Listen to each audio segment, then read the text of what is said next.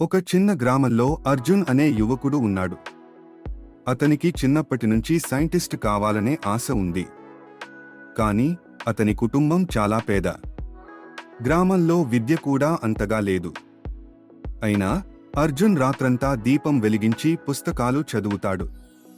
అతని కష్టసాధన, పట్టుదల అతన్ని ముందుకు నడిపిస్తుంది.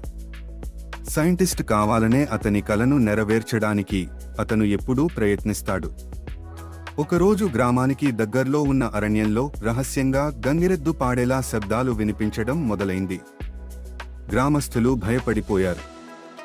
అందరూ రాత్రిపూట బయటకు రావడం మానేశారు. కానీ అర్జున్ మాత్రం ఇలా అనుకున్నాడు. అర్జున్ తన చిన్న టార్చ్, పేపర్ నోట్స్ తీసుకుని రాత్రిపూట అడవిలోకి వెళ్ళాడు.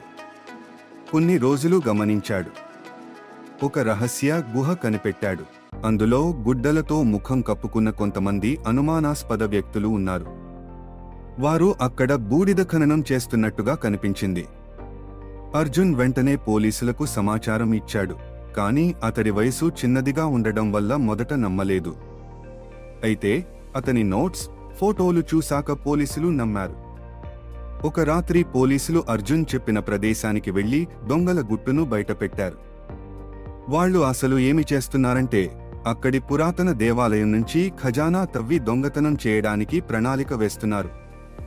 ఈ సంఘటన అర్జున్ జీవితాన్ని మార్చేసింది. అతనిపై వార్తాపత్రికలు, టీవీ ఛానల్స్ కథనాలు వచ్చాయి. ప్రభుత్వ స్కాలర్షిప్ వచ్చింది. అర్జున్ చివరికి Indian Space Research Organisation (ISRO) లో శాస్త్రవేత్తగా చేరాడు.